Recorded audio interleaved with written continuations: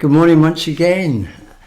Now, so far, I've talked you through successive reigns of 17 crowned monarchs and one uncrowned king, the tragic boy, Edward V, one of the princes in the Tower. And now we've reached the illustrious Tudor age, which was without doubt the most spectacular, the most astonishing, dramatic and impactful in our rich and illustrious history. It was at this time that kings, queens and events contrived to separate and isolate England from mainland Catholic Europe. The English church and state were placed firmly under the role of the English monarch, and the country experienced the birth of what I would call an island fortress mentality that has since enabled England to overcome a number of threats to its very existence, and which, in my view, pervades to this day. The Tudors ruled England for 118 years, between 1485 and 1603, through 5 crown monarchs and 1 uncrowned queen. The first was Henry VII. And you'll recall that the previous era was dominated by the House of York, but it was Henry Tudor who defeated their last king at the Battle of Bosworth in 1485. That moment is generally accepted by historians as the end of our medieval period, out of interest. Now, Henry Tudor was related to a whole line of Welsh kings and princes, but his claim to the English throne, through his mother, Lady Margaret Beaufort, was slender at best. Nevertheless, after his victory at Bosworth, Henry took the crown supposedly from a thorn bush on the battlefield and assumed the title Henry VII. He actually held that position for the next 24 years. He was crowned in October of that year, and within a few months married the beautiful Elizabeth of York, who was the daughter of the previous king, Edward IV. Henry and Elizabeth had several children, but only 3 survived into adulthood, and each played a significant role in the future of their country. Their first child was a daughter, Margaret, and she travelled north later to marry the King of Scotland, which at a later date gave us the Stuart line of kings and queens. Their son Henry, of course, was to become one of the best known monarchs in world history, and their younger daughter, Mary, was grandmother to Lady Jane Grey. The monarchy of Henry VII returned England to a more peaceful state after the horrors of the Cousins' War, although Henry did have to address the threats from 2 pretenders to his throne. Having spent a significant part of his life in exile, Henry VII had grown mistrustful and suspicious of other men. He had a reputation as a miser, and he suffered from gout and asthma. He was responsible for the building of Richmond Palace on the south banks of the River Thames, and also the exquisite extension to Westminster Abbey, which we know as the Tudor Chapel. This man was perhaps the first to appreciate and grasp the benefits of good PR. During public appearances and ceremonies, he projected a glamorous majesty through elaborate displays of clothing and rich decoration. And his son was to take this concept to yet another level. After his death in April 1509, at the age of 52, Henry VII was buried alongside his wife in a sarcophagus in the Tudor chapel, which must rank as the most glorious in all England. If you haven't seen that tomb, I recommend that you go if you can, because it is truly amazing.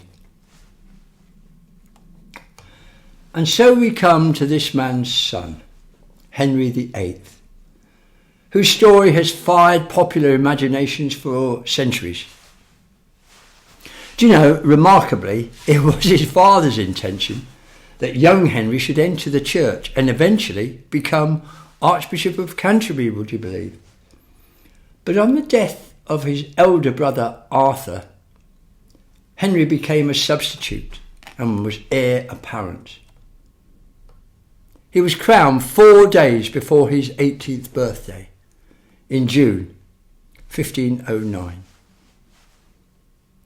Henry was highly educated, and in his youth he was a very fine athlete. He was a good linguist and an accomplished musician and singer.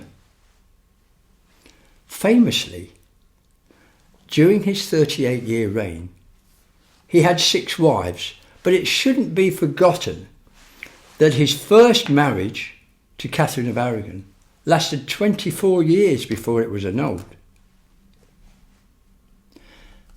Henry sired 3 legitimate children. The first was Mary, born to Catherine of Aragon. The second, Elizabeth, born to Anne Boleyn. And the third was Edward, born to Jane Seymour.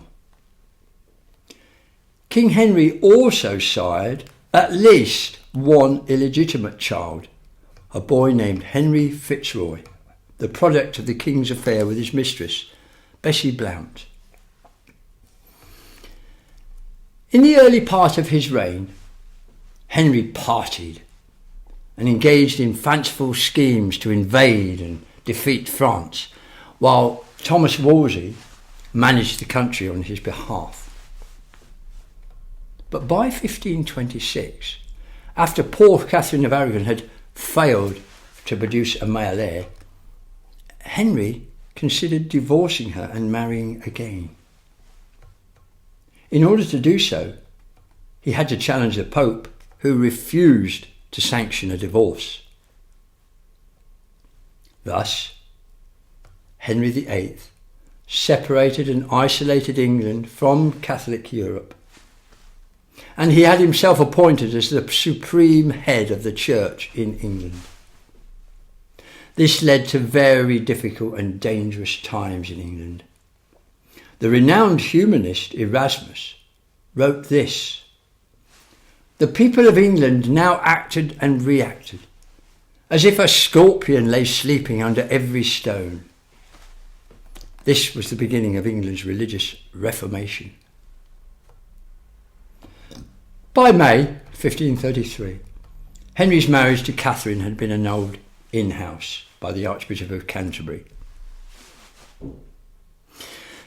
The extreme moral and physical decline of Henry VIII during the latter part of his reign has been attributed to either the effects of a head injury sustained by him during a joust, or, more likely, the consequences of syphilis. In any event, King Henry changed from a young man with great promise into a violent, brutal and unbalanced tyrant. Finally, in January 1547, in his 56th year, it all caught up with Henry as he succumbed to his many, many ailments. He died on the 26th of January. His massive body was conveyed to Windsor and buried beside his former wife, Jane Seymour, beneath the floor of the choir in St George's Chapel.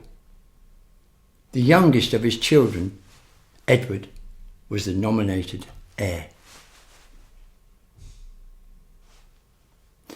Now, when Edward VI came to the throne, he was a 9-year-old boy. The early parts of his 6-year monarchy were overseen by his protector and uncle, the Duke of Somerset. and the later part by John Dudley, Duke of Northumberland, who I'll come back to shortly. Sadly, in both cases, those protectors took opportunities to enrich and empower themselves. King Edward was a precocious student, and from an early age he was imbued with Protestant teachings. The year after his succession in 1548, he witnessed the introduction throughout England of the first prayer book to be published in the English language. Edward's love of learning induced him to found numerous grammar schools which bore his name. Perhaps the best example is the magnificent complex in Stratford-upon-Avon, and if you haven't seen those, do try. They're truly glorious. Sadly, Edward was unable to fulfil his great potential. In his 16th year, he suffered a catalogue of serious ailments, including what has been reported as measles, smallpox, and pulmonary tuberculosis. His condition was quite possibly, and I would say quite likely, to have been complicated by congenital syphilis. It's awful to say, but the very final days of this boy's life were very unpleasant indeed. He died on the 6th of July, 1553. And thus, perhaps surprisingly, we move forward to the brief and tragic tenure of Lady Jane Grey, who you may remember had royal blood which stemmed from her grandmother Mary, the younger sister of Henry VIII. When the boy King Edward lay dying, his supposed protector, John Dudley, moved quickly to put himself in pole position. Dudley was well aware that Edward's sister, the Princess Mary, was the nominated heir, so he almost certainly induced Edward to change his will in order that 16-year-old Lady Jane Grey could take the throne. Now Dudley then had Jane Grey married to his son, a boy named Guildford, quite possibly against Lady Jane's will. Jane was proclaimed queen immediately after Edward's death, and in July 1553, the highly educated Lady Jane made a traditional state entry to the Tower of London prior to a coronation. Sadly, the Tower quickly became her prison, because the English nobility, you see, had become incensed by Dudley's arrogance and his subsequent actions. Conflict ensued. Lady Jane was not crowned. She never left the Tower, and after 9 days, the Princess Mary was returned to her place in the succession. John Dudley was executed, and at a later date, Lady Jane and her husband Guildford were beheaded at the Tower, despite being innocent of any crime. And this is surely one of the most appalling episodes in England's royal history. But the violent nature of royal power was soon evident again during the reign of our next subject, Mary I.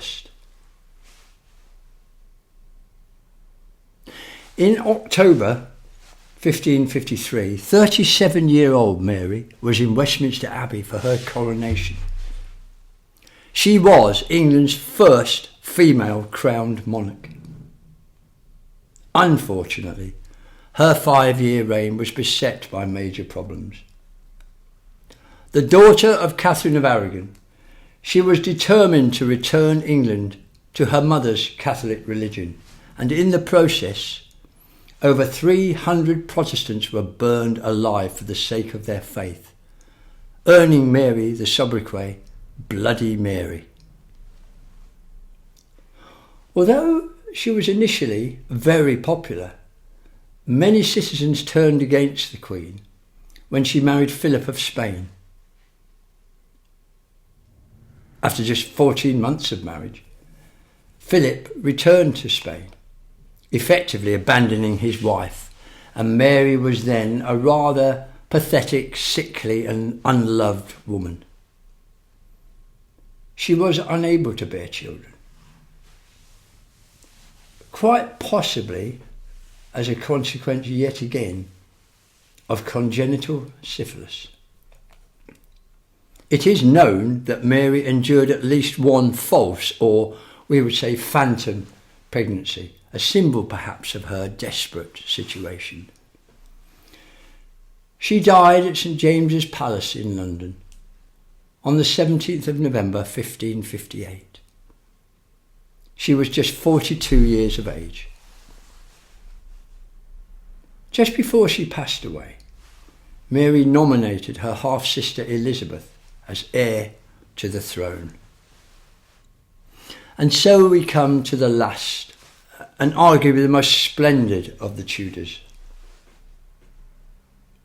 Elizabeth I was 25 years old at her succession, and her life until that point had been checkered, to say the least. During her infancy, her mother had been executed by her own father, and then Parliament had declared her illegitimate. In her youth, she twice came close to being executed herself, and yet this highly intelligent woman survived a 44-and-a-half-year reign, which has since been regarded as one of the most spectacular in English, British, and indeed, I would say, world history. Elizabeth's greatest initial challenge, I would say, was to improve the image of female rulers, which had been tarnished by her sister Mary and Philip of Spain. For this reason, perhaps, she dismissed her sister's entire Privy Council and wisely selected skilled administrators to replace the bishops and religious bigots. Elizabeth famously deplored extremes on both sides of the religious divide, and she preferred, in her own words, not to enter men's souls in that regard. However, Elizabeth did consolidate her father's Church of England, and Catholic Rome responded with malicious intent. This remarkable woman survived several Catholic-led plots, some with the active participation of the Pope, intending to kill Elizabeth and replace her with her Scottish cousin Mary, Queen of Scots. Elizabeth was a brilliant orator and very skilled at communicating her thoughts and feelings. More importantly, perhaps, she was very adept at masking and screening those feelings from men who might otherwise take advantage of her. Without doubt, Elizabeth led politicians and bishops a merry dance to an amusing extent. To her churchmen, Elizabeth was a mother. To her nobles, she was an eccentric or wacky aunt.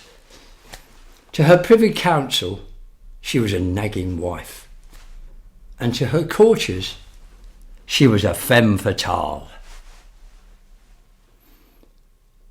Throughout the first half of her reign, of course, Elizabeth came under intense pressure to marry for the sake of politics and her succession plan, of course. However, Elizabeth refused to be drawn. It's not surprising, is it, that marriage and motherhood held very little allure for her. The 1580s, the middle part of Elizabeth's reign, were very dramatic in every sense of that word. They saw the birth of theatre in England, and Elizabeth was undoubtedly its first star and its first diva. Later, in 1588, her former brother-in-law, Philip of Spain, sent the Spanish Armada against Elizabeth with the intention of invading England, killing her, and replacing her with somebody chosen by the Pope and Philip. Elizabeth's ships, helped with a good dose of English weather, helped to defeat and destroy the threat. Pope Sixtus V wrote this of Elizabeth: "She is only a woman, only mistress of half an island, and yet she makes herself feared by Spain, by France, by the Empire, by all." What a powerful statement that was. Elizabeth was the first monarch to enter the 70th year of life. But she died at Richmond Palace on a Monday, the 24th of March, 1603. She didn't make a will, but with one of her last breaths, she nominated her Scottish cousin James as her successor, thus bringing the Stuart line of rulers into our story. More on that next time. Thank you for your attention.